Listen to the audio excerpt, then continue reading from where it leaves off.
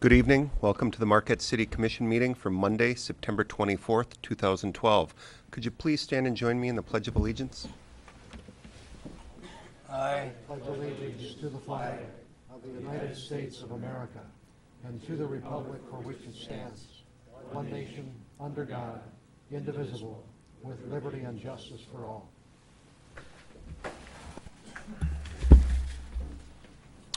All right, City Clerk, could you please call roll? Yes, Your Honor. Mayor Pro Tem DePietro. Here. Commissioner Nemi. Here. Commissioner Ryan. Here. Commissioner St. Ange. Here. Commissioner Snyder. Here. Commissioner Stonehouse. Here. And Mayor Kivala. Here. Commissioners, do we have any changes to the agenda? Not. Do we have a motion? Commissioner I Ryan? would like to move the agenda be approved. I'll second that. Thank you. Support Commissioner Nemi. All in favor, say yes. Yes. Yes. Opposed? I don't have any announcements tonight, other than we're going to juggle a couple of these presentations around a little bit. Our explainer of the quarter is not here yet. My understanding is she'll be here, I believe, 7:20, Jim, somewhere around there. So we're going to get into our first presentation of the night, and that is by Scott Cambenzi, and he's going to reveal some commission plaques. Welcome, Scott.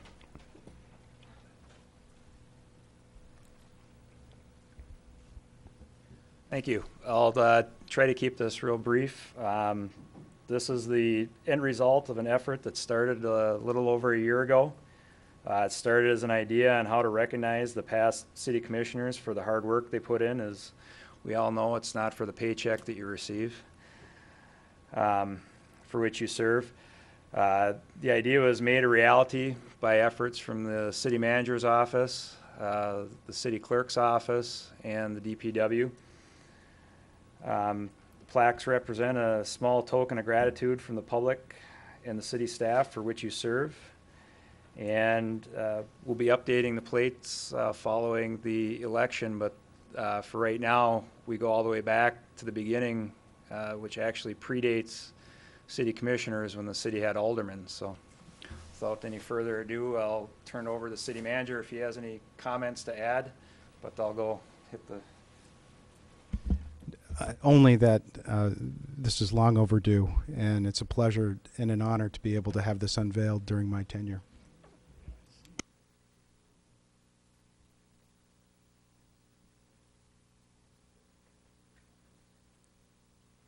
Oh, very nice. That, Your Honor, is the name of every alderman and commissioner who's ever served the city of Marquette. What is the first year? Scott? 1871. So, very impressive. Thank you.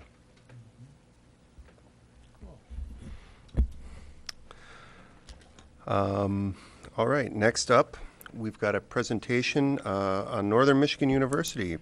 President David Haynes, welcome, Mr. President. Mayor, thank you.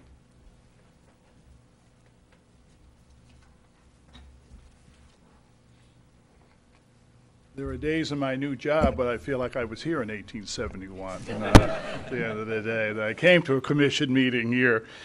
Well, I'm actually here tonight just as president to say thank you to the city and to the city commission and the staff. We have a new process on campus that we call Rethink, Renew, Reconnect on everything we do. And as part of that, we just finished an economic impact statement for us, analysis. And as I was looking at that, I thought, you know, a lot of this would not be possible, and a lot of what we do on campus would not be possible without the cooperation of the city commission, Bill Vida, and others over past years. And so I think it's important that we recognize that cooperation and to say thank you. Thank you for making this such a wonderful city that we can attract great staff, great faculty, and attract students. And we hear it all the time from parents when they come into town about what a beautiful, wonderful city this is. So every day, 10,400 students and staff, 1,200 staff, walk around this city, walk on our campus, and take part of the benefits of the city. That generates $89 million in wages and benefits to be spent in this community. And $37 million we spend every year on supplies and support services. The last year, we generated 123,600 visitors to this university who generally would not have been here but for the visits that they came to campus for. And those visitors spent last year $6 million when they were here in Marquette, with an economic impact of $9 million. 43% of the city's housing stock is rented by students and staff. NMU students spent $53 million in the Upper Peninsula last year, with an economic impact of $74 million.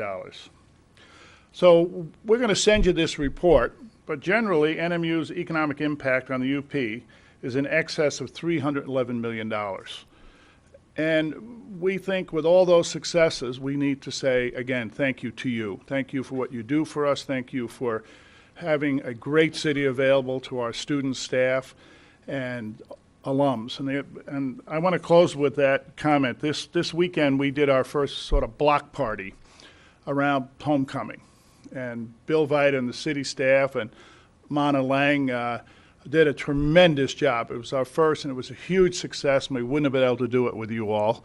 And it was in the streets just down from campus on the way into the Dome, and it was a big success. So thank you for that, and that's an example. And over the next coming months, Bill Veit and I are working together to make sure that Northern and the city of Marquette are doing the right things to be an economic development engine for this community, and the only way we can do that is to do that together. So thank you, thank you, thank you, and we look forward to seeing you all on campus.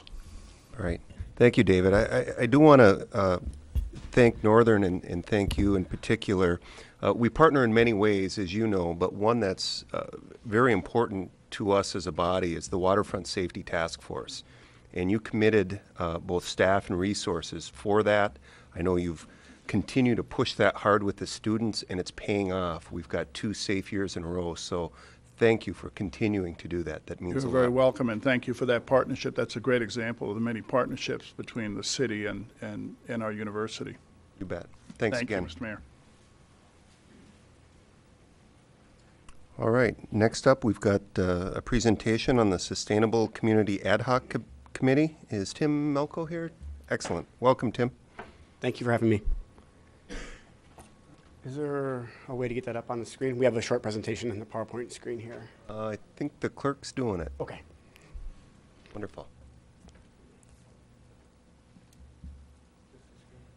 Well, thank you for having me. I'm glad to have the opportunity to come here and speak with you guys, give you a quick update of where we're at. My name is Tim Melko. I am the current chair of the Sustainable Community Committee Ad Hoc Committee. And I just want to run through a brief report here. This is our current membership, as established by the City Commission back in 2008. I work for the Department of Natural Resources. We also have Carl Linquist from the Superior Watershed Partnership. Taylor Klipp just joined us from the Planning Commission. Brandon Sager from Northern Michigan University. Yvonne Whitman from the Board of Light and Power. Keith Whittingham from the city. Kim Sheridan is our Citizens at Large. She actually works at the Marquette Food Co-op. We currently have 2 vacancies, one from the Parks and Recreation Advisory Board and one from the Public Works Advisory. And our staff liaison is Eric Steeman. The Sustainable Community Committee was established by the City Commission on July 14th, 2008 to focus on ways the city, its residents, and the business community can help to preserve the natural environment and decrease energy consumption within the city. Our initial charge was to review the city's operations and seek ways that the city can decrease its environmental impact on the community, establish short-term and long-term goals for the city addressing sustainability initiatives, and discuss creative ways for the city to partner with the business community and residents to help preserve the natural environment and decrease energy consumption. Some of our accomplishments have included an energy consumption review and some baseline data collection for the city facilities. And what we did is we worked with some of the facilities in the city here itself and also with the water treatment facility to kind of track where we're at as far as the current levels of energy consumption within the city operations. And it was important to look at the consumption rates versus the actual amount we were spending because, as we know, energy prices fluctuate. So we wanted to kind of get an idea of where we're at with our facilities and kind of establish a framework to be able to track natural gas consumption, water usage, electricity, those kind of tangible expenses, and kind of see if there's ways we can upgrade facilities, upgrade our processes, possibly look at ways to add different equipment that will help decrease the amount of consumption in the city. Now, it may not necessarily be a large amount of savings in money, but if we could achieve some savings in energy consumption, that would be a good thing for us. We also work with the city to adopt the Great Lakes Cities program, the Cities Transforming Towards Sustainability, Green Cities Initiative, which I think you guys adopted that about 2 meetings ago. Carl Lindquist, who is our secretary and also works with the Superior Watershed Partnership, is working with that organization, and I do believe they're going to have a regional meeting here in the city next year to go over that whole program, which will be good for us. Some issues and discussion that we have had over our course of the committee has been sustainability on a local level, partnerships with businesses and the community, access to information and programs for both the business and for residents in the city. What programs do we have out there? What are some options for them to help engage in sustainability issues like recycling, green spaces, reusing water collections from, say, roofs for watering gardens and plants. And we also want to look at ideas of how we can showcase some of the achievements our city already has. As you're aware, the city already has engaged in a lot of things from bike paths to bike lanes to community gardens to other initiatives that really do address sustainability issues. We just haven't really had a way to showcase that, from the city itself. So we're thinking about more ways to have it on our website, some of the things we're already doing here. Our goals for the upcoming year was to draft a comprehensive sustainability chapter to possibly be included in the master plan and possibly the city charter. We want to initiate a sustainability framework for the city, highlighting past and current achievements and establishing future goals. And we would like to formally request a joint meeting with the City Commission.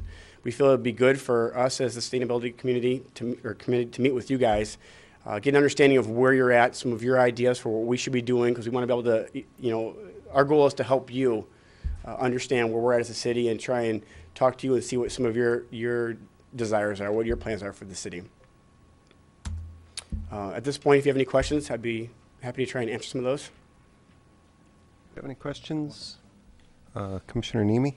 This isn't really a question, but a comment, perhaps to staff, that we've got a seat on the committee for the Public Works Advisory Board. We no longer have a Public Works Advisory Board. That perhaps staff could come up with another source. Maybe the food co-op could have an official seat on the committee. They could, and as I mentioned before, our citizen at large is actually Kim Sheridan, and right. She is one of the managers at the food co-op. Mm-hmm. So she might be, if that's something you want us to address during our joint meeting, we could talk to her about that and see what the co-op is. I'm sure with Matt Goujon and those folks over there, they'd probably be very willing to partner with the ad hoc committee and the commission on initiatives. Any other questions or comments? Okay, I don't see any. Thanks, Tim. Thanks Thank for you, guys. your coming here tonight and presenting, and thanks for volunteering. You're welcome. Bet. Next up, we've got a presentation, the Marquette Wind Project by Brigadier General Michael Stone, Assistant Adjutant General Installations, Department of Military and Veterans Affairs. Thank you, Mr. Mayor, City Council. I will reserve most of the time for Adventure Power with their presentation, but to give you a little bit of background, my boss, Major General Greg Vadney, the Adjutant General of Michigan, the Commander of the Michigan Guard, created my position, Assistant Adjutant General of Installations, a little more than a year ago. Part of my duties and responsibilities, we have 43 armories in Michigan's 2 major installations. We are moved out pretty aggressively about a year ago. The Michigan Guard, if you don't know, is a national leader amongst states within the National Guard for green initiatives, and meaning the Secretary of Defense and Secretary of the Army's initiatives for becoming energy independent. And to be radically honest, the Department of Defense does not do a good job with that. We are very close to getting Camp Grayling, a major installation, to net zero for energy. We already are net zero for water, which means we're basically using our own resources from our own land at our own facility. But the next logical question is, what do we do with our 43 armories? General Burrows, General McDonald are both here, both retired general officers. General McDonald is a civilian advisor for the state of Michigan, the Secretary of the Army. He has assisted in communicating some of these initiatives all the way up to the Secretary of the Army. They brought a proposal to us through one of their clients, Adventure Power, who wants to enter the Department of Defense sector for wind. And my staff has worked for the better part of the last year trying to find the best location in Michigan where we have an armory or an installation. Included in our force structure also is a state entity we have the two veterans homes, including DJ Jacobetti home right here. What's very logical to us is you've got both the home and an armory in a community with high wind usage. It is by far and away the best community from an objective business perspective of where there's enough sustainable wind. So we're here tonight, and thank you, Bill, for helping tee this up tonight and getting us on the agenda.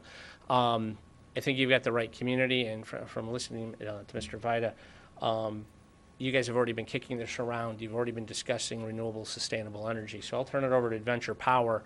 We're interested in taking advantage, like a business, of their proposal because they're offering some things that are free. We still have to, in the military and the National Guard, follow the federal acquisition regulations and all state procurement. But working with a partner like a city, and tonight there's not a formal ask of you other than to give you the information and then discuss what the next steps are. It just makes business sense that we should look into this proposal from them. So if I can turn it over real quick to the presentation.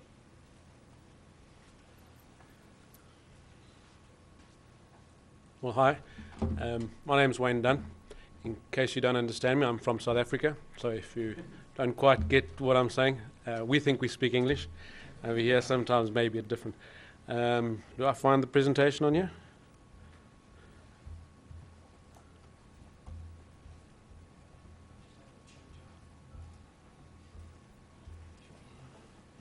Is it on the...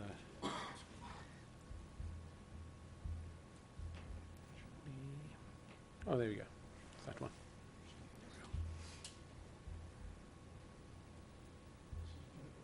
I got it. I got it. Thank you. Okay, I'm really just going to tell you about the actual product. You may ask why South Africa. Venture is a global company with operations in South Africa, and a few slides later I'll go through all of that. But wind energy is something that in a continent like Africa, there's no infrastructure and not a lot of power. So it's one of our products which, being a Michigan-based company, is something that Michigan should probably benefit from in some form or other. But we do everything from the development right through to the end product, installation, fabrication, manufacturing. It's all within the technology competencies of the Venture Group. Gives you some idea of the globalness of the Venture Group. North America is obviously home base, but we have operations, fairly significant ones in South Africa and Australia and Asia, which is why I'm based in South Africa, deal with those time zones. My role as a technical director and chief technical officer for the group includes the wind turbines. Turbine we're talking about is only a 300 kilowatt turbine. The specs are up there. We do have handouts, and I'll let you go through those in your own time. But generally, the important part to remember in regards to this turbine is that it's a fourth generation wind turbine, not a third or second generation. And the real difference is that it has a range of power all the way up from 15 revs per minute up to 50 revs per minute, whereas most third generation turbines involve gearboxes, hydraulics, various other systems that can go wrong and fail and do fail and have failed, that limit the power output to the wind based on maintaining a constant speed, typically 24 revs per minute. The generator itself can be suited to any grid type environment. In Africa and in Europe it's 50 hertz, over here it's at 60 hertz, and we can put anything through to from 11 up to 66 kVA lines. It's really interchangeable with most systems. The reason why fourth generation came about was that you have a power curve that looks like that and it doesn't have an end. Well, it does in this case because the speed of the generator cannot really go much further than that. But typically what you would see on a third generation is a step, a tabletop, where it would plateau off. So it's very few working parts, mechanically connected to the wind turbine. There's no gearbox, there's no hydraulics. One moving part, essentially. it's not new technology, it's actually old technology. All that's new is the software that allows you to manage that power and put it into the grid.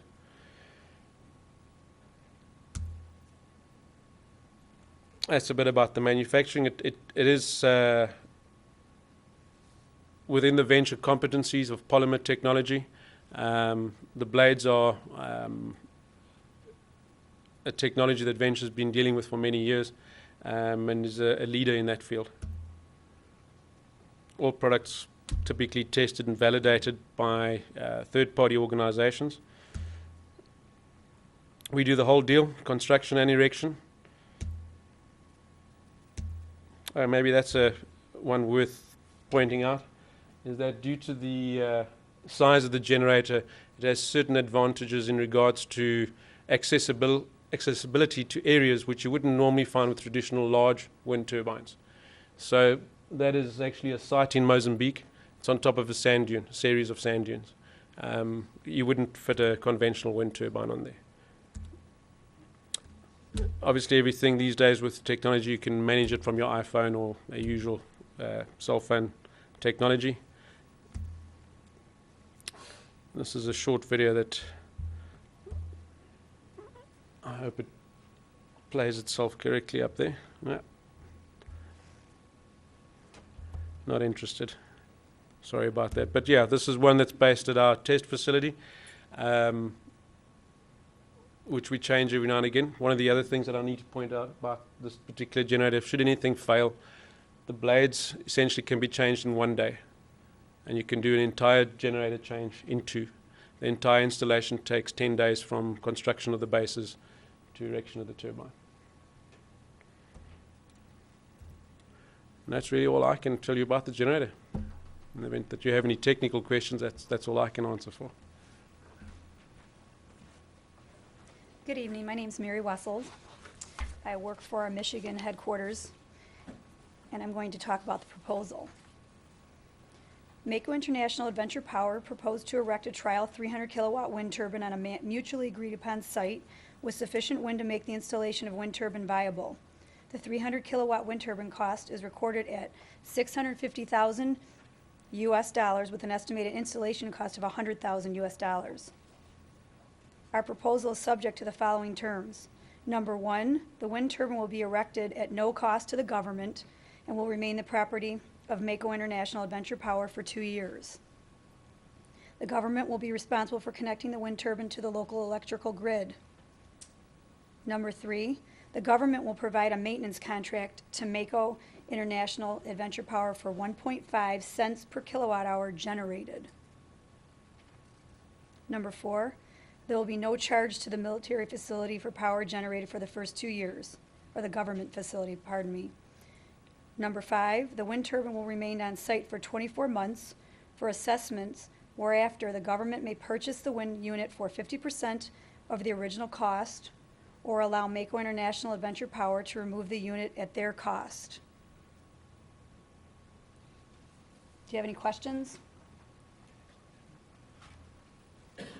So, to put it in summary, what Mary just said, the Michigan National Guard is interested in partnering with the municipality like Marquette. It doesn't have to be for a proposal like that. And if you look at the numbers and the math, basically a 2-year system, and knowing what the output is, it just makes business sense to put something like this out to bid if we have the right authorities and we have the right relationship. But knowing, I'd like to just kind of close because I know we're running over our time, but at least make sure that the city council is aware of the proposal on the table and see what we can do for next steps, and whether the city's remotely interested in seeing if we can't get ordinances or working through some sort of contractual mechanism to make this a reality and hopefully get our armory and our home off the grid. So, thank you. Thank you.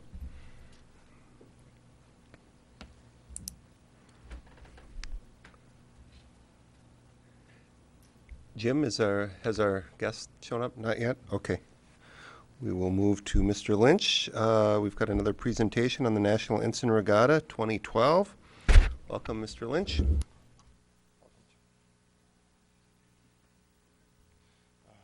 So I think I'll just maybe minimize this and pick it up off of here.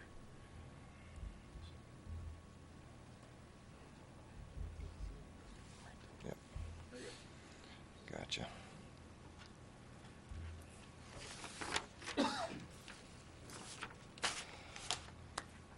Good evening, Mayor Kivala and City Commissioners and Marquette City and County residents. My name is Neil Lynch, and I was fortunate enough to be the chairperson for the 2012 Ensign National Championship Regatta that was held here this past August. City Manager Vita asked me to report on the success of the event, and I thought that was a really good idea to kind of share what we did with all of you. If you look at Webster's, success is the favorable outcome of something attempted. I think we have to maybe amend that definition just a little bit with what we learned. I think we need to add that the success was having 3 youth teams participate in Ensign Nationals. We awarded the inaugural Ensign Youth Championship trophy that will now be a perpetual trophy awarded at each succeeding nationals where there's a youth team that qualified. All these kids were under 23 years of age and represented Marquette and the Ensign class very well. There is kind of a focus on youth at the yacht club, in addition to the Marquette Junior Yacht Club that sponsored these teams. Northern Michigan University also has a sailing team and a rowing team that are housed at the Marquette Yacht Club. So there's a lot of emphasis on involving the youth in activities on the water. We also have a new friend in Japan. Just so happened that the ensign with sail number 2012 is owned by a gentleman in Japan. His name is Taki Sasumi, and he gratefully accepted our invitation to come over and participate in the regatta. He stayed with us for 2 weeks, and he told us that what he experienced here was more than he imagined. It was just, he had a great time, and I'm afraid my wife and I are going to end up in Japan sooner rather than later here. He invited us over, so very nice. Success also with cooperation with the Army Reserve and the Coast Guard. Army Reserve, as you may have noticed, installed a temporary bridge section to act as a breakwater so that we could house 40 ensigns in the Yacht Club basin there. Coast Guard was our guardian angel. They were there when we needed them, and we do thank both of those guys for helping us out. We also had a lot of cooperation in the lower harbor itself from our neighbors. Nick Economides moved his boat forward so we could create the area to have all the boats moored right at the club. And another partner was the Granite Island Boats. Mike Smith and Scott Holman there allowed us to use their larger vessel there for a committee boat, and it worked out really well. As with most events like this in the city, it wouldn't have been possible without help from a small army of volunteers. We had people literally coming out of the woodwork to get on board to help us out with things from registration to launching boats to measuring sails and all kinds of other ancillary things that went on behind the scenes that you kind of never see or hear about, but we do owe them a big debt of gratitude and a thank you. We had some really great racing and some really great events. The competitors and spectators alike were really impressed with the event, and much of that was due to just the welcome that they got here in Marquette. Just people walking down the street recognized that they were participating in the regatta, and it's a hi, how you doing, and that type of behavior wasn't lost on the people that came here to participate. So that's some kudos to the city residents as well. Whenever you see a smiling chairperson, it must mean things are going pretty well. Full disclosure, this was taken before the racing started, so. We also crowned a new national champion. Tom LaBelle from Cedarville was the winner. He had a great story to tell. His parents met when they both came here to go to school at Northern. So it was really a fitting champion for our regatta. We got a lot of help from the city. And I guess the main thing I'm here is to say thank you.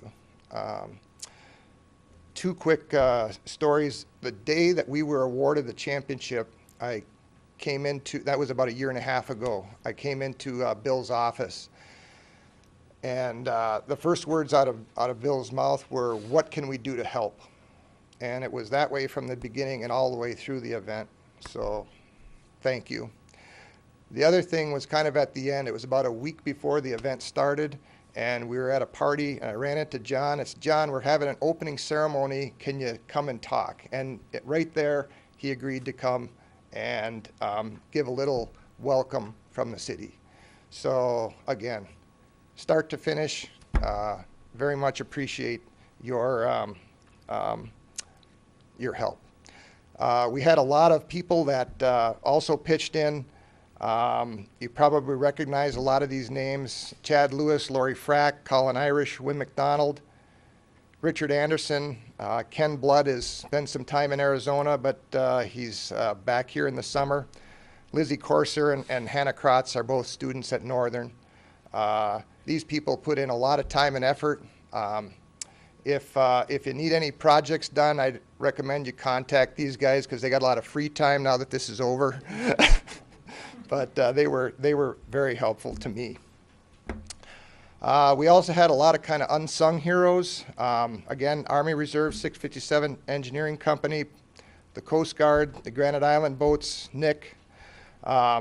Mrs. Beecher's 7th grade social studies classes made the sailboats that went up on the light poles for us. Great addition to the fanfare of the event. Lake Superior Theater and the Lake Superior Yacht Yard opened their doors to us, where we staged some of our evening events. The Maritime Museum gave all of our competitors a chance to tour their facility, as did the UP Children's Museum. We held our awards banquet at the Marquette Regional History Center. Also, the Marquette Breakfast Rotary helped us out with doing a fish boil for us on Tuesday night. So there was a lot of people from a lot of different quarters in the community that really came together to help us pull this off.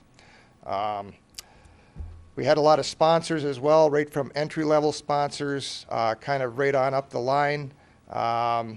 First Mate, Skipper, you probably recognize a lot of these people as well. Elizabeth's Chop House jumped in as a bronze level, and Pioneer Surgical, as well as Pure Michigan. So they added another part to the event that, again, put the whole thing together. I'd like to close really quick with a quick thank you to Mayor Kibola and present you with a little memento of your service to us. Thank you. You're welcome. Thank you. And I'd also like to present something to City Manager Raya. Again, just a little memento for your help. So thank you all.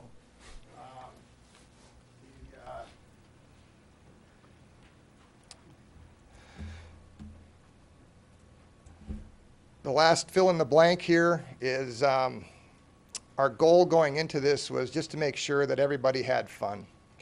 And I think we accomplished that.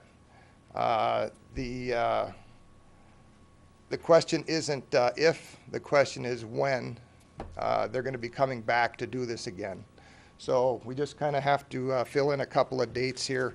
It's going to be 20-something. I don't know if we can put 21 in there, 20, but it'll be soon. So again, thank you for your time. Appreciate all of your help. You bet. Thanks for coming, Neil. It was a fantastic event for the community.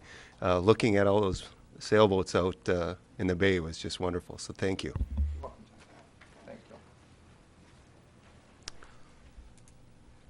Okay, Jim, we're all set? Okay, if you could join me at the lectern with your guest.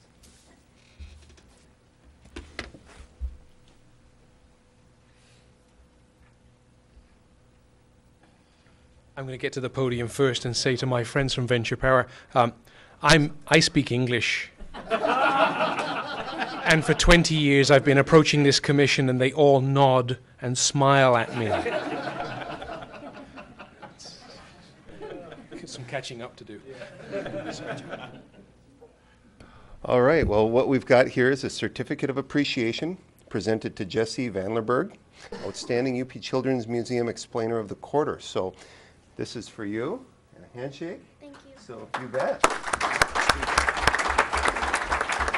Did you prepare a speech? No. Okay, you don't have to. This is usually where Jim says something nice about you. So. Thank God. We've had a wonderful summer at the museum. I had 38 different explainers come to the museum to volunteer, and they're aged between 8 and 16.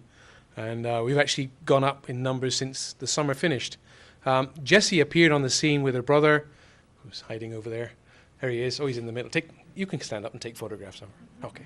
And cousins and all sorts. I think there are a couple of families at home watching this, wondering why they didn't get to be Explainer of the Quarter. I think we've firmly got Explainers of the Quarter sorted out for the next 2 years.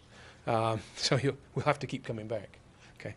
And my favorite day with Jessie was down at the State Fair. We went to Escanaba. And this young lady has resilience, has stamina, but she will get down on the floor and play with 3-year-olds, but she'll address adults. And she can do that for over 6 hours on a turn. And I thought she did a brilliant job down at the State Fair representing us. And she's wonderful on the floor, playing with our animals, feeding our animals, and playing with our children, and even feeding our children, yes. Wait, So, no? Yeah. Oh. But we raid the fridge together as well. That's good. So, Jessie, well done. Thank you. All right. Thanks.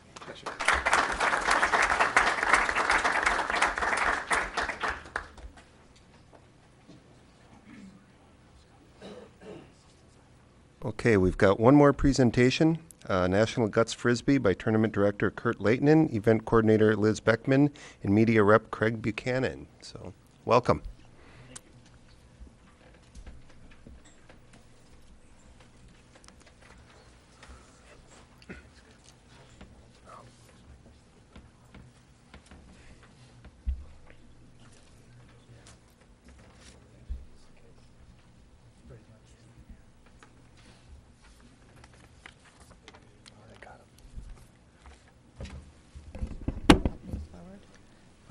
You're already up there, so keep moving back and forth as soon as you want. Arrow down through it. Good evening, Commissioners and guests. I'm Buck Buchanan, and we're here tonight to speak about Guts Frisbee and the new Frisbee growth in Marquette, Michigan. As some of you know, in 1975, Marquette, Michigan was designated a Frisbee sanctuary by Wham-O Manufacture. I think that, looking at my research, that was the first year City Manager Bill Vita played Guts Frisbee and was eliminated in 2 straight games. So tonight I'm with Liz Beckman. She was the event coordinator for the U.S. National Guts Frisbee Tournament. And behind me is Kurt Leitonen. He was the tournament director for the U.S. Nationals. And he's going to speak a little bit about the U.S. National Guts Frisbee Championships. Commissioners, Mr. Mayor, thank you for having us on this evening. I wanted to start off. I'm Kurt Leitonen, 1905 Mildred, proud property owner, as are both the people standing in front of you tonight. We're proud property owners from Marquette. And I'd like to echo right away some of the sentiments that Mr. Lynch had said. Marquette is a fantastic place. You have an event here, people come, they love it here. The Frisbee community said, they all say to a person that Marquette is their favorite tournament, time after time after time. We have great success here in Marquette. This year's Guts Frisbee tournament here in Marquette, we had 18 teams, which was the largest tournament team turnout that we've had in many, many years. We have large crowds, 500 to 1,000 people at our finals. Very exciting. Lots of local sponsors. Togo's, Stucco's, and the Wooden Nickel are our 3 primary sponsors. We'd really like to thank them. and we gave out $6,000 in prize money to keep these Guts players coming back.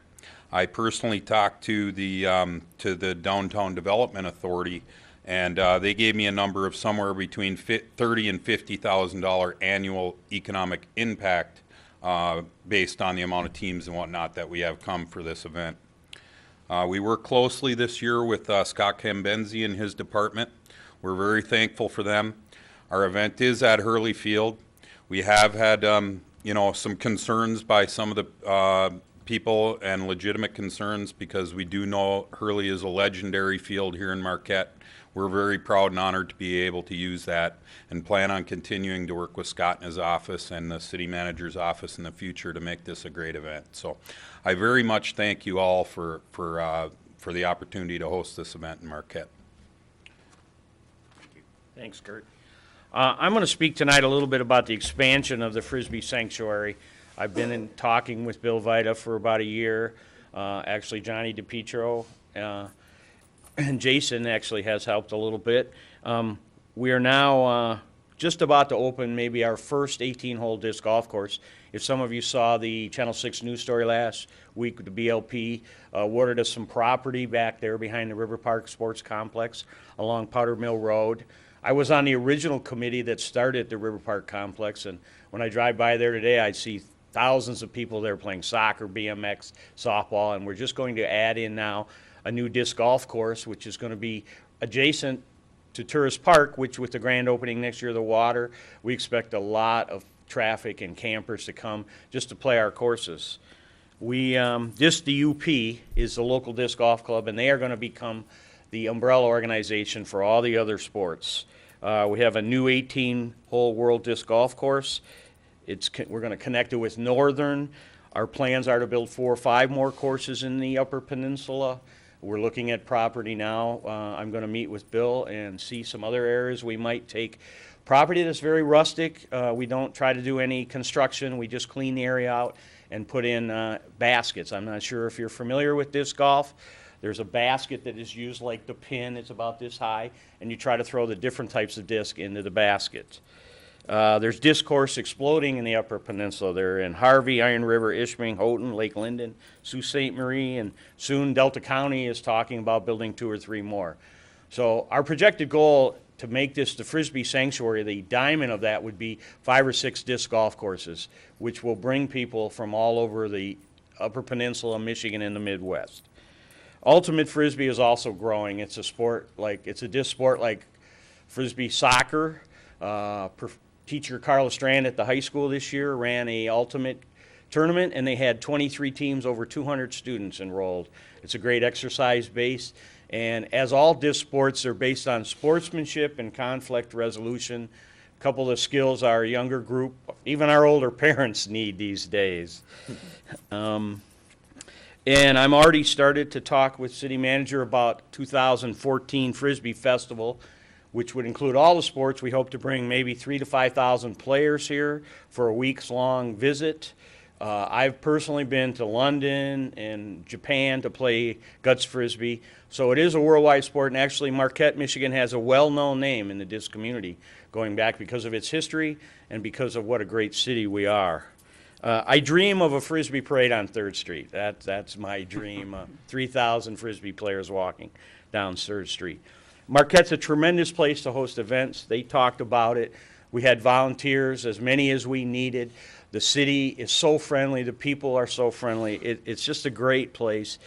And unlike unlarge cities, the event does not get lost, but actually the city shines on the event because we get spectators, we get people who are interested.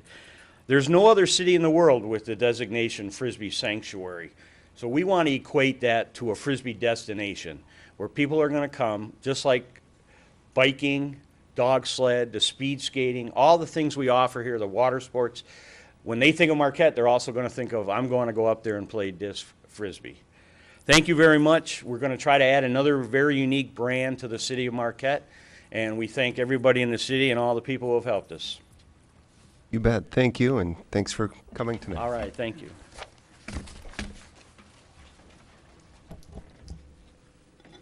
All right, next on the agenda, we've got a proclamation. October is Community Planning Month. City Clerk?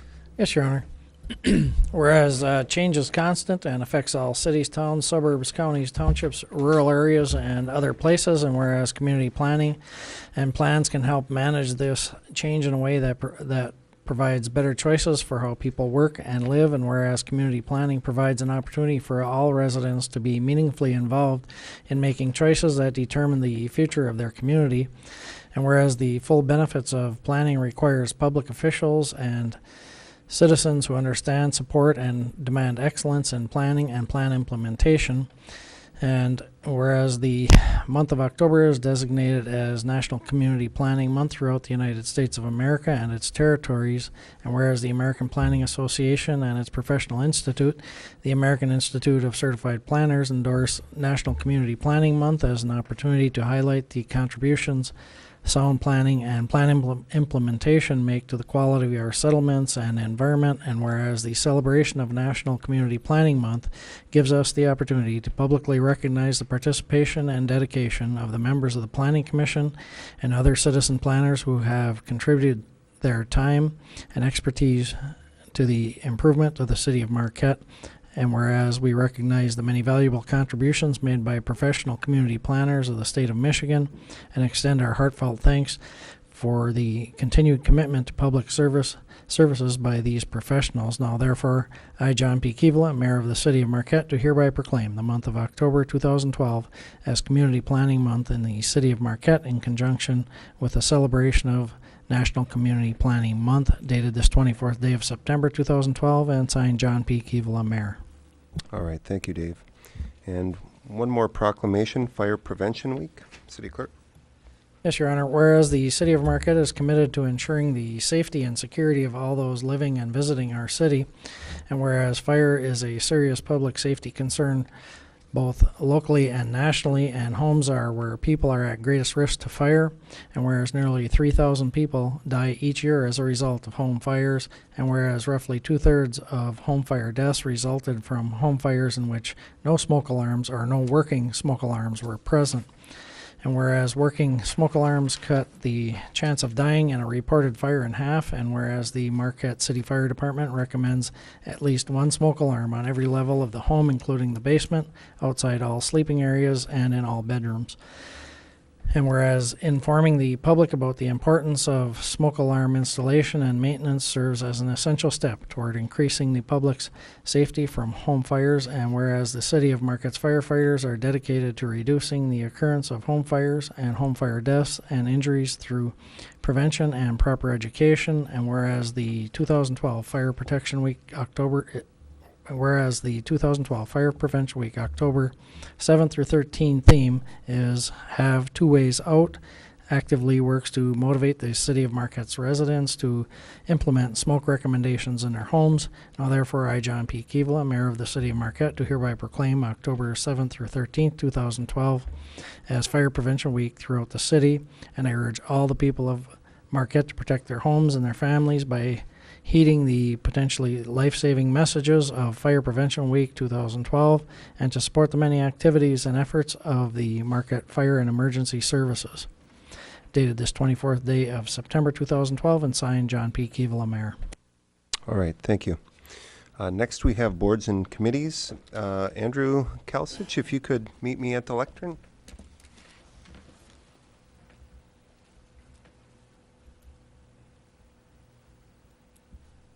Welcome tonight, Andrew. Thank you.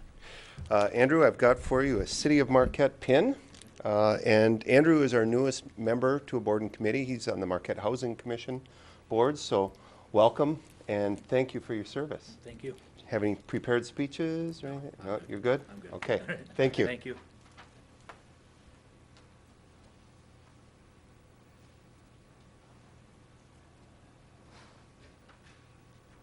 All right, we've got one appointment on the docket, and that is John Mallow, Sister City Advisory Committee for a term ending 4/1/15. Commissioner Schneider? I move that we appoint John Mallow to the Sister City Advisory Committee for a term ending 4/1/15. And do we have support? Commissioner Nemi? I'll second, Your Honor. Any comments, Commissioner Schneider? Two quick comments. One, I'm always appreciative of seeing citizens step forward to get involved in the advisory committees that we have put together. But also a note that John Mallow is one of the few applicants who's actually turned in a full resume as an explanation of who he is and what he does. And for those citizens who are not familiar, it's a pretty simple application process, name, number, and I'm interested in.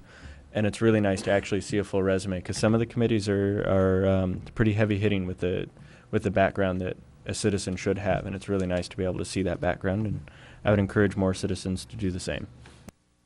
Thank you. Commissioner Nemi? Just like to thank Mr. Mallow for being willing to serve his city. Any other comments? Seeing none, all in favor, say yes. Yes. Yes. Opposed?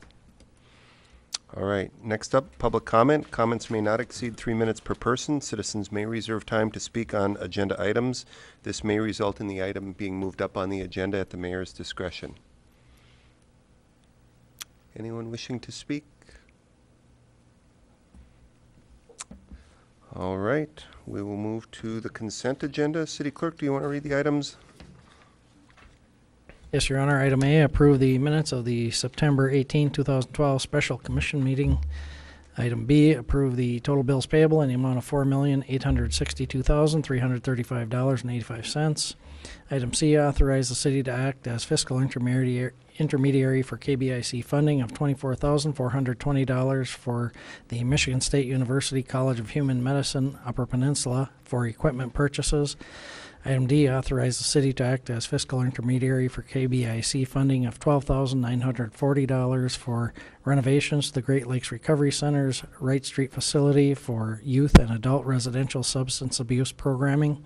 Item E, authorize the city to seek $10,000 in funding from the Sault Ste. Marie Tribe of Chippewa Indians for the purchase of a specially equipped vehicle for the police department's K-9 unit, and authorize the clerk to sign the request.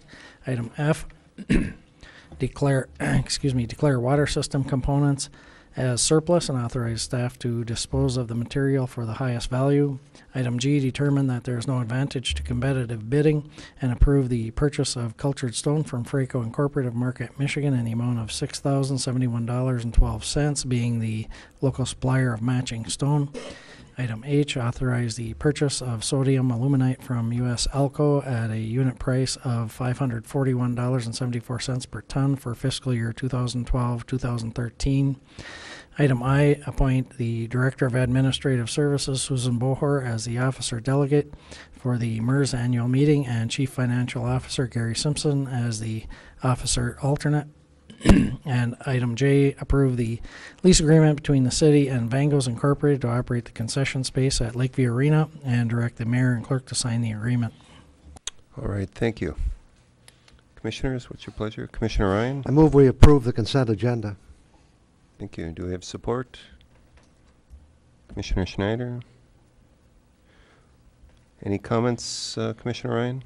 As usual, it contains a number of items that don't require further discussion, so we can approve them through this process. Commissioner Schneider? No additional comments.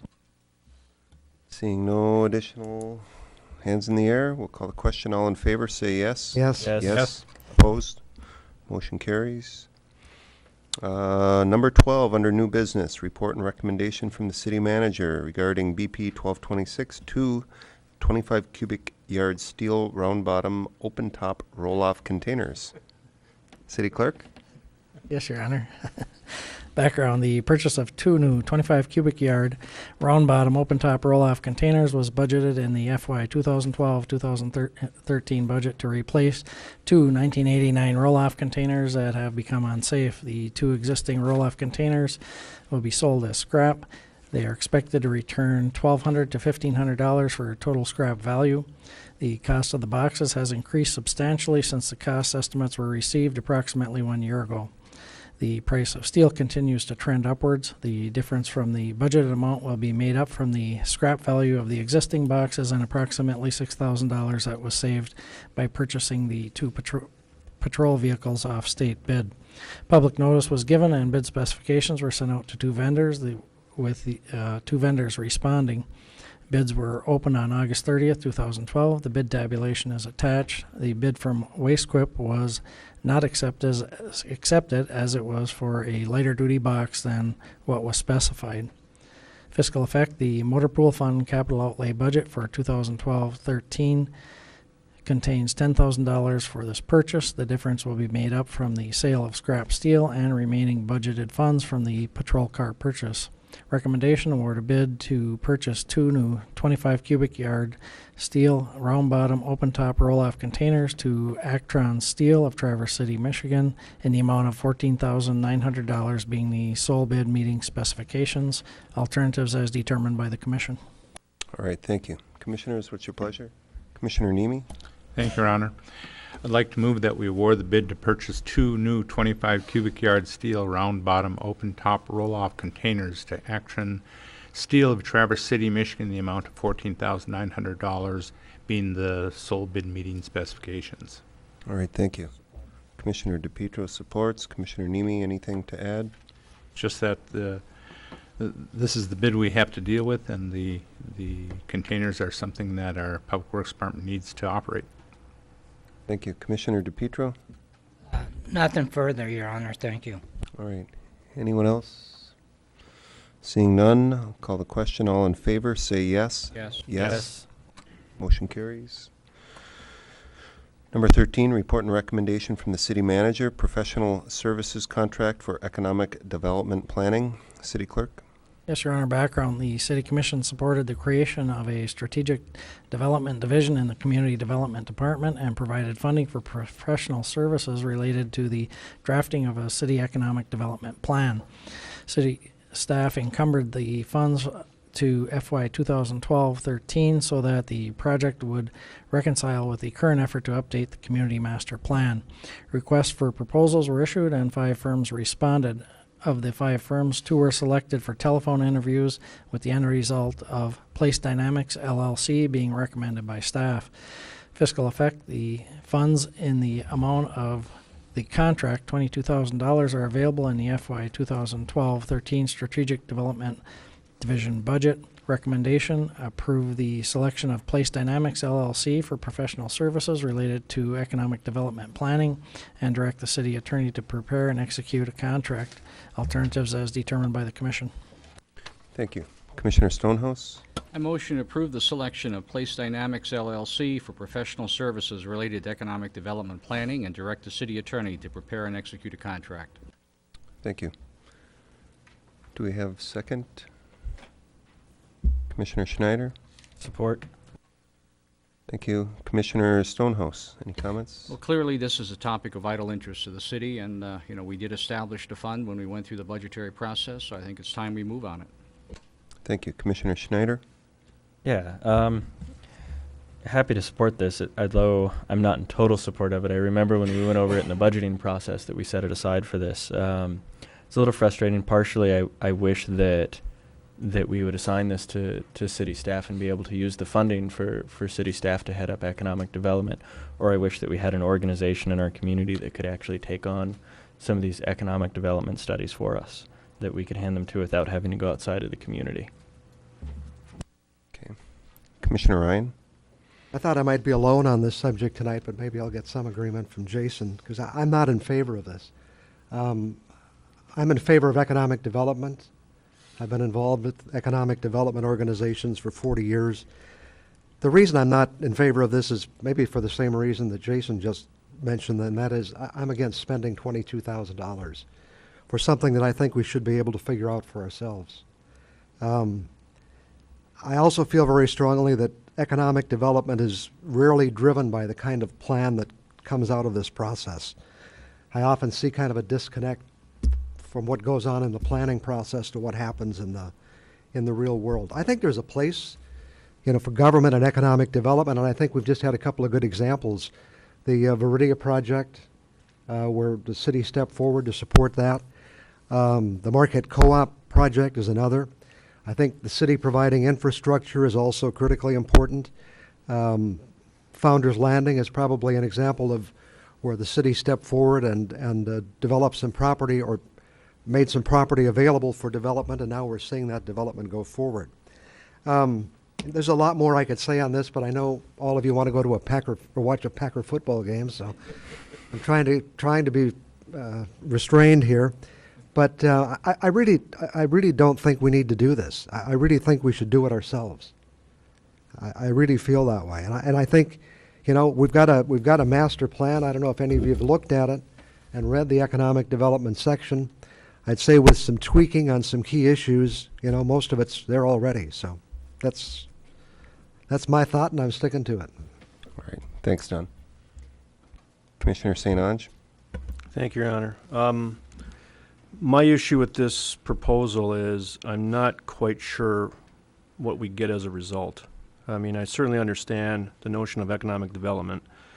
And lately we have had a lot of discussion about different planning documents that the Commission has requested over the course of time. And my comments with regard to those plans certainly apply here, and that is, what are we really getting? Who's driving the process? And are we putting a great reliance on what I would deem to be the vocal minority? I would like to see in this proposal, and I've read through this a couple times, and there's a lot of words in here, but I'd like to see really an outline of what that plan is going to present to us, and then a better understanding as to how it is we're going to use that information.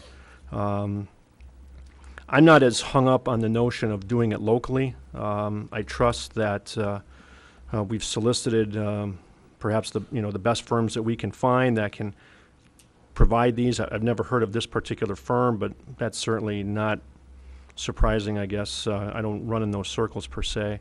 But I'm just not sure how we're going to use the plan and what the plan's really going to present. And that's my concern going into it. Thank you. Thank you. Commissioner Nemi? Thank you, Your Honor. I guess one question I have as staff is our new charter has a requirement for us to provide a economic development plan, and they've got 5 or 6 areas that are to be addressed. Would this, and I guess in the background information, I didn't get the impression that it was geared to respond to those areas of endeavor, and I guess maybe the city manager could speak to that. Thank you, Your Honor. Indeed, this would be something that we look at as a twofer. We had a fairly robust discussion about economic development during the budget formulation process, and we're very thankful for the support we've gotten from the Commission.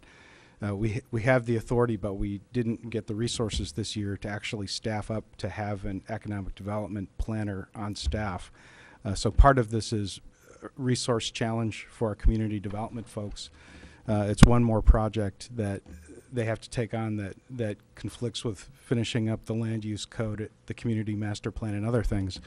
And so in this case, $22,000 obviously doesn't buy a full-time person. This is really to augment staff activities in that area and to get staff really focused on a potential outcome where if the new city charter is adopted, it'll be a mandatory requirement that we prepare a strategic plan and an economic development plan that helps implement the community master plan as we move forward.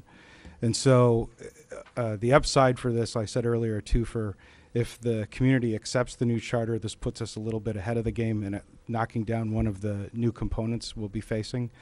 If they don't, it's still something that we need to do to help us implement the community master plan we're working on now. Maybe to give a little bit more insight into that, I'll ask the Director of Community Development to say a few words too. He covered it very well, Bill. There's not much that I can add to that. He hit the nail exactly on the head. I really don't have anything to add. Thank you. Thank you, Dennis. Commissioner Ryan? I know the answers are sincere, and I'm not questioning their veracity or their judgment, but you know, it doesn't seem to me this is that kind of plan. It seems to me this is going to produce the kind of plan that we see in master plans. And the charter, I assume, is going to ask for an annual economic development plan that has to be current every year and would change every year. This plan itself will take half a year to create. It doesn't seem like the same kind of planning document to me. It seems like the kind of planning document that says a lot of nice things, but doesn't get you very far, very honestly. Okay, any other comments? Seeing none, all in favor, say yes. Yes. Yes. Opposed? No. No. So we've got 4-3, I think. We've got Commissioner St. Ange, Commissioner Nemi, and Commissioner Ryan as no's. Okay. Motion carries. Next up, report and recommendation from the city manager regarding Hiawatha Music Festival contract. City clerk. Yes, Your Honor. Background, the Hiawatha Music Co-op has a long-standing positive working relationship with the city of Marquette. The Hiawatha Music Festival has been hosted in the tourist park for over 25 years, and throughout that time has brought thousands of visitors to the park to enjoy a weekend of folk music.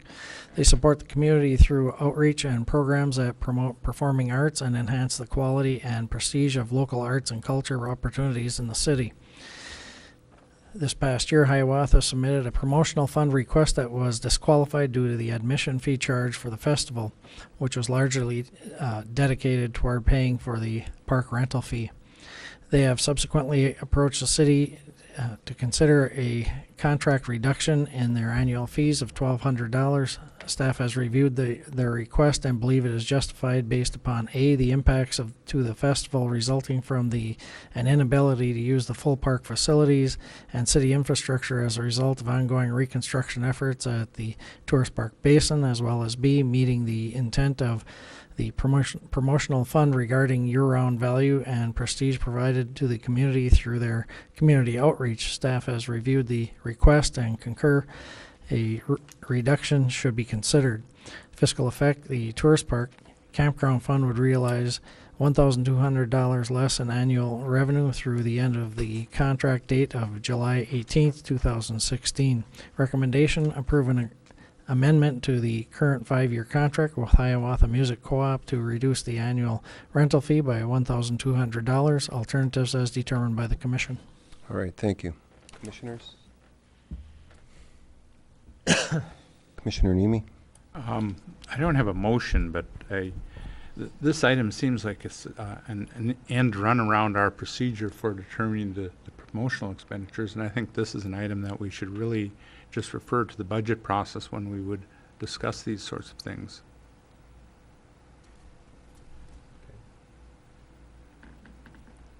Commissioner St. Ange? I guess I would echo that sentiment to one degree. I mean, this is a reduction of the fee, I trust, for the current year based on, as the staff analysis presents, as a result of the ongoing reconstruction efforts of the tourist park basin. To me, it doesn't justify doing this on an annual basis through the year 2016. I would concur with Commissioner Nemi that this be part of the. I can understand and rationalize the reduction for the current year, based on the construction activities and whatnot, but to just arbitrarily make this active through 2016 seems like we're kind of just giving it away. And I concur with Commissioner Nemi. I think we should make this part of the annual budget. Commissioner Ryan? Yeah, just quickly, I concur with Commissioner Nemi too. There's no guarantee the promotional fund will be operating in 2016. You know, this is something that's decided annually and will be decided each year. And I think, you know, I'm very much in favor of the music festival, and I want to see it go forward, and I certainly want to support it. But to say to one organization, you're going to get this through 2016, when no one else has that guarantee, doesn't seem to make sense to me. Commissioner Stonehouse? Question for City Manager. Have we typically held a long-term contract for the use of Tourist Park with the folks at Hiawatha? Yeah, there's actually quite a bit of history with Hiawatha. They've been involved with this festival for 27 years. The first contract was written in 1985 for 15 years, and the latest contract was written with them for a period of 5 years. So we typically have longer-term contracts with them. It's at their request that these work the way they do, because the amount of effort it takes to choreograph that event and put all of the components for them takes the better part of an annual cycle. Commissioner Stonehouse? That said, I would be happy to motion to approve an amendment to the current 5-year contract with Hiawatha Music Co-op to reduce the annual rental fee by $1,200, with the full understanding that that has been the way we have habitually done business with Hiawatha over long-term contract periods, as opposed to single echelon periods as we address other groups. Okay, do we have support? I'll support. Commissioner DePietro supports. Commissioner Stonehouse, any additional comment? My only comment would be that, again, based on past history, this is the way we've always done it with this particular group, and I'm certain that if we had other groups that came forward for a long-term contractual relationship with the city for other rental properties, we would certainly should be looking at it. Thank you. Commissioner DePietro? Thank you, Your Honor. I see that the staff had reviewed it and concurred that a reduction could be considered. So I know they went to the promotional fund with the request, but was disqualified because of the admission fee.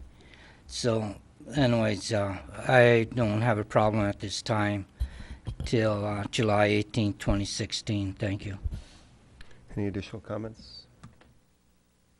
Call the question. All in favor, say yes. Yes. Yes. Yes. Opposed? No. No. Okay, so it's Mimi, St. Ange, and Ryan knows. And motion carries 4-3. Number 15, report and recommendation from the city manager, EPA Great Lakes Restoration Initiative Grant Contract Agreement. City Clerk? Yes, Your Honor. Background, the City of Marquette, along with the Superior Watershed Partnership, submitted a grant proposal through the Great Lakes Restoration Initiative Program under the focus area Nearshore Health and Non-Point Source Pollution. The project titled Making Lake Superior Beaches Safer Through Green Practices will reduce risk to human health and improve water quality at 2 Lake Superior beaches located in the city of Marquette by implementing green practices to reduce bacteriological and algal and chemical contamination that have been identified through the use of Great Lakes beach sanitary surveys. The total grant award is for $192,208, with the city of Marquette's contribution of $10,008 and the Superior Watershed Partnership contribution of $2,500 for in-kind services. Fiscal effects. The grant amount of $179,700 covers all project costs. The City of Marquette's contribution of $10,008 for in-kind services will come out of the Stormwater Utility Fund. Recommendation: approve the U.S. EPA's grant contract agreement for making Lake Superior beaches safer through green practices in the amount of $179,700 and authorize the city manager to sign the contract agreement. Alternatives as determined by the commission. All right, thank you, Dave. Commissioners? Commissioner Ryan? I'd like to move we approve the U.S. Environmental Protection Agency grant contract agreement for making Lake Superior beaches safer through green practices in the amount of $179,700 and authorize the city manager to sign the contract agreement. All right, thank you. Do we have support? Commissioner DePietro? Commissioner Ryan, anything to add? Just we've had excellent success in working with the Lake Superior Watershed, or the Superior Watershed Partnership, and obviously this is something we strongly support. I was very impressed with, I believe this was in our utility bill, but this piece that came out about the stormwater challenge, and I think it's one more example of the kind of education we're able to do working with the Superior Watershed Partnership. So I think this is well worth moving forward. Thank you. Commissioner DePietro? I agree with Commissioner Ryan. I think this is excellent, where the public sector is working with the private sector, and this is going to be a win-win situation. Thank you. Thank you. Any other comment? Commissioner Nemi? I think this is a great opportunity. I just have a quick question on how do we get an in-kind from the Stormwater Fund? Is that going to be our hydrology engineer is going to put some time in on this, or? Yeah, in the contract, our budget proposal, we have 3 staff members, myself as a project manager, and city engineering as assisting on some hydrology information, and then administrative. It's about 124 hours of staff's time for in-kind. But you're in the wastewater fund, not the Well, stormwater fund. I'll charge my time to stormwater. Okay. So it would be the hydrology engineer from the wastewater fund would be putting his time in? No, I'll be doing project administration and then rely on the, Okay, but how do we get the 10,000 out of the wastewater, or the stormwater fund then? there's a budget, there's line items for salary and wages under the stormwater. Okay, but your salaries and wages don't come from that fund. Yeah, mine will be reduced by a certain amount from the wastewater, because all the effort I put into this for the project out of. Still don't quite see how we get out of the stormwater utility, but I guess we do, so. Yeah, that's right. Any additional comments? Seeing none, all in favor, say yes. Yes. Yes. Opposed? Motion carries. Report and recommendation from the city manager, number 16, regarding public works and city hall labor agreements. City clerk? Yes, Your Honor. Background, the City of Marquette has reached agreement with the Public Works and with the City Hall chapters of ASME Local 1852. Both bargaining units have ratified the agreements. The major issues during negotiations were wages, pensions, and health insurance for active employees and retirees.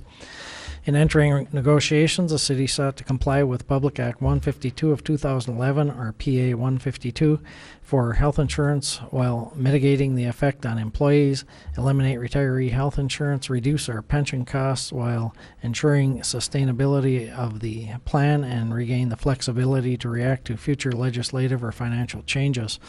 We feel that these agreements accomplish all of those goals. The proposed health insurance plan does meet the cost limits of PA 152. However, it also reduces the premium burden on the employees by self-funding the deductible only on the of a high deductible plan. The city can meet the payment restrictions of PA 152 without charging the employees. If approved, a special enrollment window will allow all affected employees to re-enroll in a new health plan. Retiree health insurance has been eliminated for new hires, and all new employees will enter a new defined benefit division with lower benefit levels in compliance with the Economic Vitality Incentive Program, or EVIP, and which will be linked to the current Public Works and City Hall pension divisions. The long-term effect will be to lower the city's unfunded accrued liabilities and increase the sustainability of the defined benefit plans. We thank the Commission for standing behind the bargaining team throughout these negotiations. We also commend both the bargaining units for their willingness to work with us on these issues to negotiate an agreement that is fair to the employees and to the employer. A summary of the economic components of the agreement is attached. Fiscal effect: Public Works at July 1, 2012 is 0%, and the same for the City Hall bargaining unit. At October 1, 2012, it's 2.25%, or $61,341 for the Public Works, and same percentage at an amount of $27,672 for the City Hall bargaining unit. At 7/1/13, it's 2%, and $69,738 and $31,605 respectively. At 7/1/14, it's 2% again, and $71,133 for the Public Works, and $32,237 for the City Hall bargaining unit. At 7/1/15, it's 1.75%, or $63,486 for the Public Works, and $28,772 for the City Hall bargaining unit. A premium health payment lump sum of $14,463 will be made for the Public Works Department, our employees, and a health premium payment of $7,286 for the City Hall bargaining unit. This is a one-time health premium payment to be offered to each employee enrolled in the city health insurance. That is the equivalent of 1 1/2 months of the employee's required premium payment. Recommendation, approve the Public Works and City Hall labor agreements for October 1, 2012 through June 30th, 2016, and authorize the clerk and mayor to sign both agreements. Alternatives as determined by the commission. All right, thank you. Commissioners? Commissioner Stonehouse?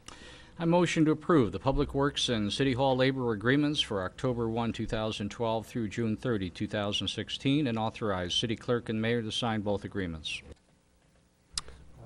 We have a motion by Commissioner Stonehouse and support by Commissioner DePietro. Commissioner Stonehouse, anything additional? Well, certainly, I think been well negotiated by both sides. They represent good agreements, not only for the bargaining unit folks, but also for the city taxpayers. So I commend both sides for reaching the agreement. Thank you. Commissioner DePietro? Thank you, Your Honor. I, too, would like to thank Public Works and City Hall bargaining units, negotiating teams, and employees on our new labor agreement. These two bargaining units are to be commended for working with the city and Susan Bohor, our human resource, our city attorney, and staff, coming to agreement that both sides work so many long hours, and to have the city employees, negotiating teams, and the city work through such a huge amount of issues, including contract language, financial and non-financial concerns, and to arrive at a good, solid, and fair contract for professional, hard-working city employees. Again, I thank the Public Works and City Hall bargaining units, city employees, and the city on reaching this contract agreement. Thank you, Your Honor. All right, thank you. Any additional comments? Commissioner St. Ange? Thank you, Your Honor. As a member of the City Commission, we are challenged, or at least commissioned, to solve policy issues with regard to the city. Some of the key things that we do as a commission are things like authorizing bonding, long-term debt obligations for the city, hiring the manager and the city attorney, buying and selling property, establishing or changing ordinances. Those are key policy issues that we are challenged to resolve. Just like we're challenged to resolve labor issues that come before us should those labor agreements expire while we sit here at the table. I also commend everybody for participating. It seems to have been a process that has worked well. It seems everyone has negotiated in good faith. It would appear that this issue was resolved and brought to the various bargaining units, and it was approved on the first vote. My challenge with this, quite frankly, is the fact that when I read the staff analysis, there are a lot of questions that I have with regard to what the long-term impact will be to the city of Marquette for this agreement. Now, while, again, I'm not here to chastise or question the sincerity of what has been negotiated, as a policymaker, there's not enough information here for me to make a informed and educated decision as to the long-term impacts to the city. There are statements in the staff analysis which allude to limiting or reducing unfunded liabilities. Near as I can tell, my numbers may be a little off, so I apologize if I represent them inaccurately, but with regard to employee and retiree health care and pensions, the city of Marquette faces a unfunded liability of some $20 million. And it's probably a little light. Now, one could argue that that will be made up once the economy turns around. But again, as policymakers, we do not afford ourselves the luxury of gambling on the future.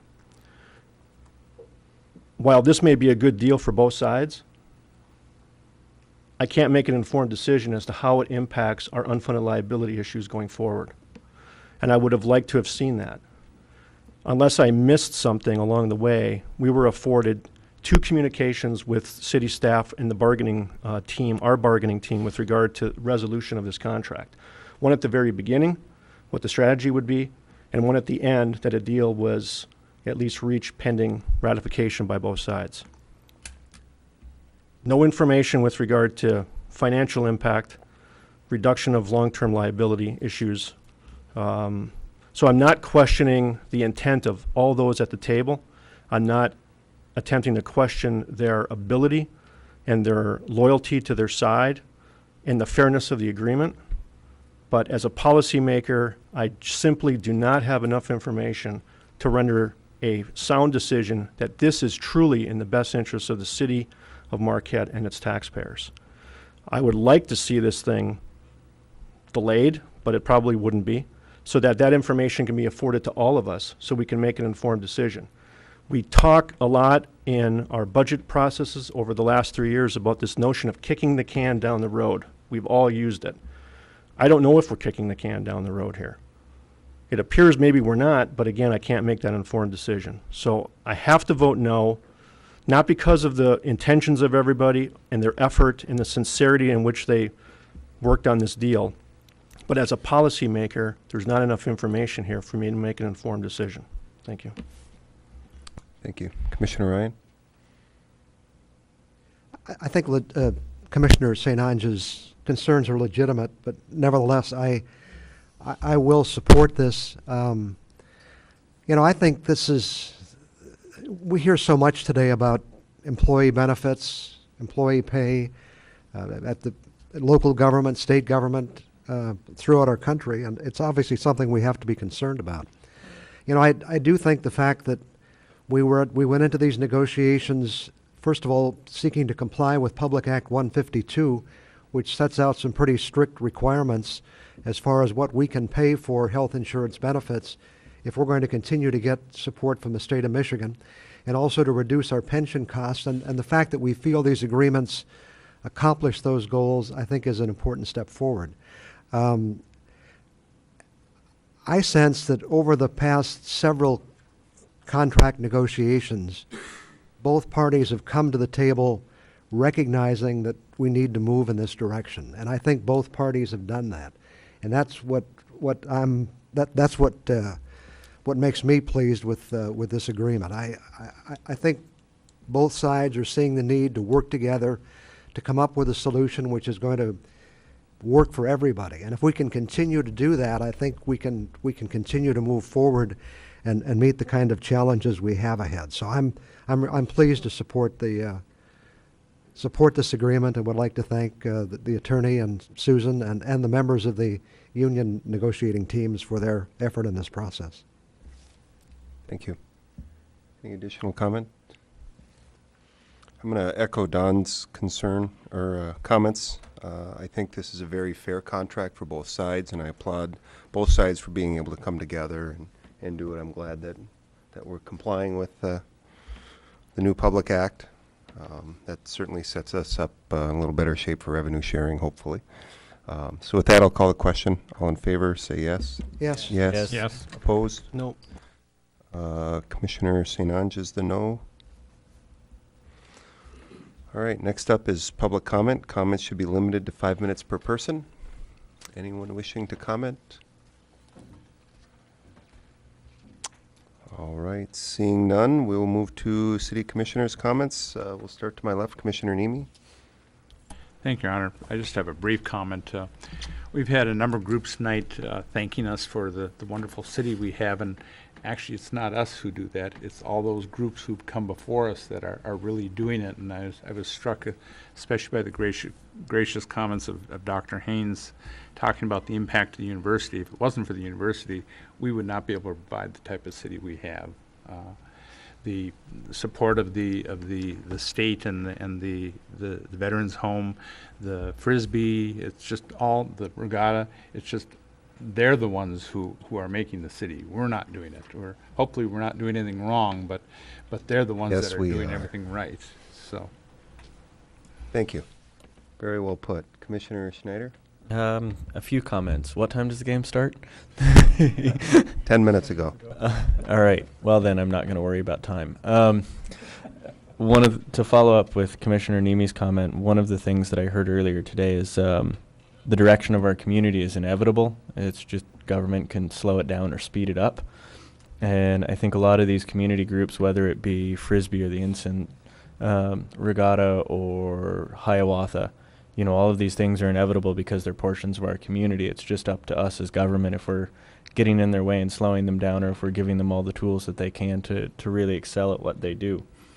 A few other comments is, since it looks like we will no longer be offering retirement health benefits to new employees into the future, I kind of hope that our federal government can figure something out fairly soon to help out employees that are going to be looking at that, 20, 30 years down the road. Earlier we heard from our sustainability committee, and one of their requests was a joint meeting with the city commission. I'm hoping that staff heard that and we can find some time to get together with them. And last of all, in talking about the economic development plan project, in my comments, I definitely don't want city staff to feel that I expect you guys to take on the burden now. I recognize that this is a necessary step for where we're at. But I encourage, when we do the budget next time, that I would be in support of being able to take some of those services in-house as far as our budget will allow. Thank you. Commissioner St. Ange? Nothing to add, thanks. Commissioner DePietro? Thank you, Your Honor.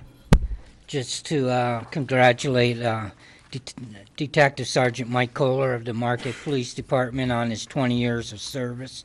As of September 21st, Detective Sergeant Mike Kohler started with the Marquette PD in '92 as a patrol officer, worked his way through the ranks to Detective Division. Again, congratulations to Detective Sergeant Mike Kohler on his 20th anniversary. I'd like to remind everyone of the upcoming 4th Annual Marquette Old Timers Hockey Tournament. 48 teams registered, including several all-female hockey teams. The games will start on Thursday, September 27th at 5 p.m. and will continue through Sunday, September 30th, with both games being played at the Lakeview Arena and the Barrie Event Center. All games are free to the public, and everyone is encouraged to attend. This will be the largest hockey tournament at the Lakeview Arena for the 2012-2013 hockey season, and the largest in the Midwest. If anybody has questions, please contact Ryan Reapy at 250-3862 or Kevin Thompson at 236-3605, as these two guys are the go-to men for this hockey tournament. And I'd like to remind everyone that Friday, September 28th, starting at 5:30, there'll be a hockey on 3rd Street parade beginning at 3rd and Fair, traveling down to 3rd and Baraga, ending there. And then they'll have an event at the Commons buildings with the Mighty Ducks hockey team movie for the young and older fans in attendance. And I'd also like to pass on the word that our sexton from City of Marquette that was at the Park Cemetery for 18 years, trying to think right now, because help me with that, city manager. Yeah. Bill Malindrome had started with the city in 1991, retired in March 12, 2010, had passed away yesterday. So there's more information to be out in the media. So if anybody gets a chance, please stop by, give their condolences. Everybody knew how well that Mr. Malindrome did at the Park Cemetery, and he worked with everybody right from the get-go. So thank you very much, Your Honor. Thank you. Commissioner Ryan? Well, first of all, I'd like to echo Commissioner Nemi's comments. I think we have a great community because, as he says, people, including those who are here tonight, make it that way. We had a presentation earlier from some representatives from the state of Michigan, the National Guard, and I don't know if they expected to walk away tonight with anything more than they've learned, but I guess I would like to know where do we go from here. We heard this presentation. There are 8 people, I think, that kind of sat here for this whole time, and I wonder what the commission thought about it and where are we going from here, or what the manager, what his thoughts are on this subject. Would you like me to answer now? Yes, sir? I would. Well, first off, we'd also like to thank General Stone and his team for the patience they've shown, not just coming up and working with us several times now, but enjoying a full commission meeting, even though they let off on the way. This is a very interesting opportunity. We've come to know General Stone and Director Allen from the Veterans Affairs facility. You heard a little bit about the challenge that they've got. The Army has set policy for the nation where they're trying to become more sustainable. They're trying to focus on more green energy. They're trying to, the extent possible, be able to maintain, self-sustain their energy needs and focus on that kind of low impact or lower impact requirement to tax the electrical grid and other systems. And they're looking at the national level doing this. Of course, the National Guard is a component of that, then takes on part of that mission. And because of the governor's focus, because of the department's focus here in the state, Michigan is really in a position where they're leading the way on taking that on. So they're exploring more sustainable type of energy solutions. They're looking at ways to get off grid. And so when you look at the national initiative focusing on that, and when you look at the state initiative focusing on that and the leadership that we have, when they were doing an inventory of all the different facilities that are within the state of Michigan that would be potential candidates for putting in capabilities that test that hypothesis, Marquette floated right up to the top. And you heard we did so for a couple of different reasons. The Superior Watershed Partnership just completed a year-long wind study. It showed that there are certain areas within our jurisdiction that are very likely to be able to support the kind of weather patterns that would be particularly interesting for this kind of activity. We have our own sustainability committee that's looking at more green practices, whether it's for waste management, for energy, things like that. And they're looking at how can they take their facilities within our jurisdiction and apply these principles in a way where if they can't get them directly off the grid using these sustainable energy sources, that they can work with organizations like the BLP to be able to plug that power into the grid to offset that consumption and meet that goal. And so the challenge moving forward from here, in my discussions with General Stone and his team, it was important to bring that before the commission because this is something that we really haven't tested yet as a community. We've had an ad hoc sustainable committee in place for a number of years now, but we haven't had a partner who is willing to come forward with almost $1 million investment at no cost to the city to be able to put this installation in, test it, and validate it. And you heard the proposal from the representatives in the procurement part. What they're looking at doing is bringing this in, testing it, seeing if it works. If there's no agreement at the end of the 2 years, they pack it up and they send it home. But along the way, we'll be learning and gaining all the benefit potentially of that experience if the community wants to evaluate this. And so it's a very good opportunity to partner with a national leader in government circles for looking at a capability like this. It will test the community because there are always trade-offs in how you implement these things. Windmills are large, you probably saw from the pictures. They could have aesthetic impacts. And so are the aesthetic impacts or the ability to have sustainable alternative energies more important to the community? We haven't had a single group come forward and ask those kind of questions and provide advice to the commission on how to resolve that. And so this really gives us an opportunity at very low cost to the city, very low commitment to the city for a period of 2 years to see if these kind of things would work in our community. And if they don't, they can go away.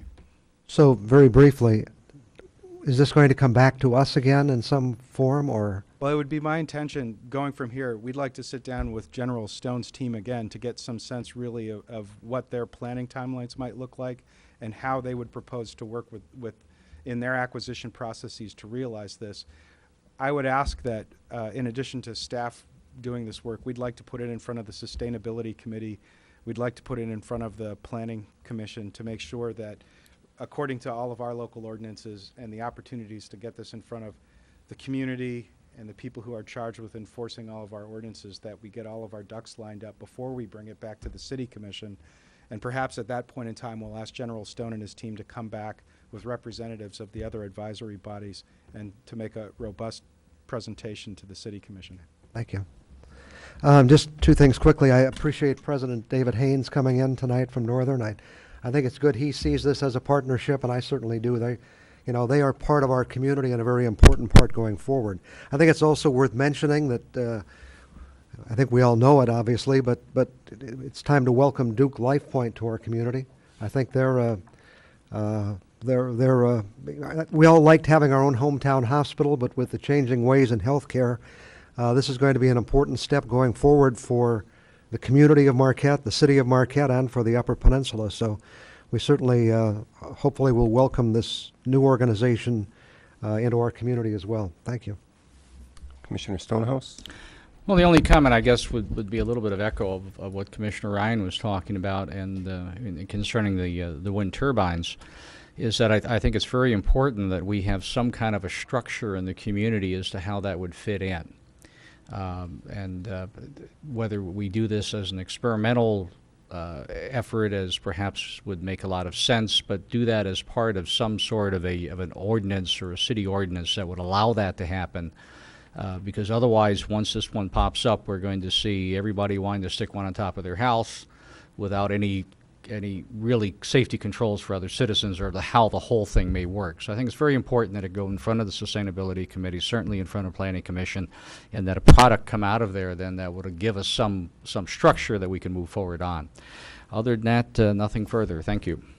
All right, thank you. I want to say thank you to Mayor Pro Tem DePietro for filling in for me 2 weeks ago.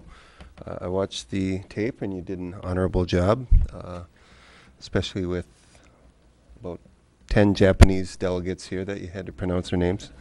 And then also, congrats to our city attorney.